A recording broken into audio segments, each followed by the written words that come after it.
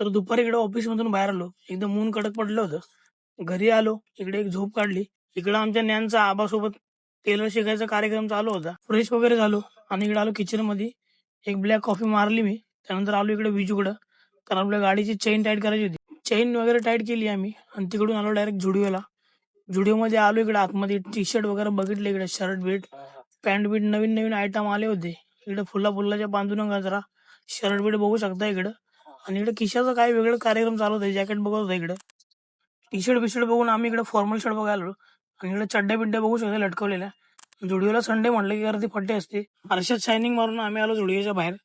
आणि तिकडनं आम्ही जाणार होतो इरफानकडे. इकडे इरफानच्या समोर घनसोलीचं नाद मेन्सवेअर होतं. फट्टे गर्दी होती. 2 उश्या घ्यायच्या होत्या मला. मग काय इकडे इरफानकडे घेतल्या 2 उश्या.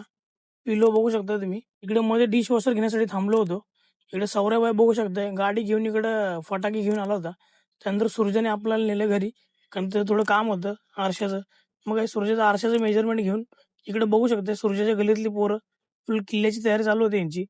तिकडून सूर्याने मी आलो डायरेक्ट मी इकडे आरशाची ऑर्डर देण्यासाठी. बघू शकता सूर्या भाईच्या घरी पण आपला असा आरसा लागणार आहे.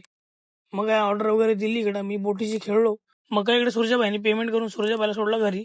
आणि मी किशन संख्या आलो इकडे आपण सम्राटला. नेहमीप्रमाणे आपण सम्राटला गेल्यावर एकच मागवतो, बटर चिकन आणि इकडं लॉलीपॉप ग्रेव्ही.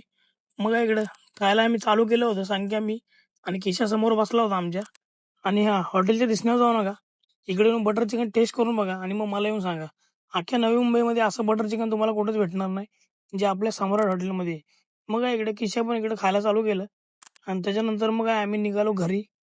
आणि जर तुम्हाला आजचा आपला ब्लॉग आवडला असेल तर लाईक, कमेंट, शेअर आणि फॉलो करा आणि आपल्या आयडीला सपोर्ट करा. धन्यवाद.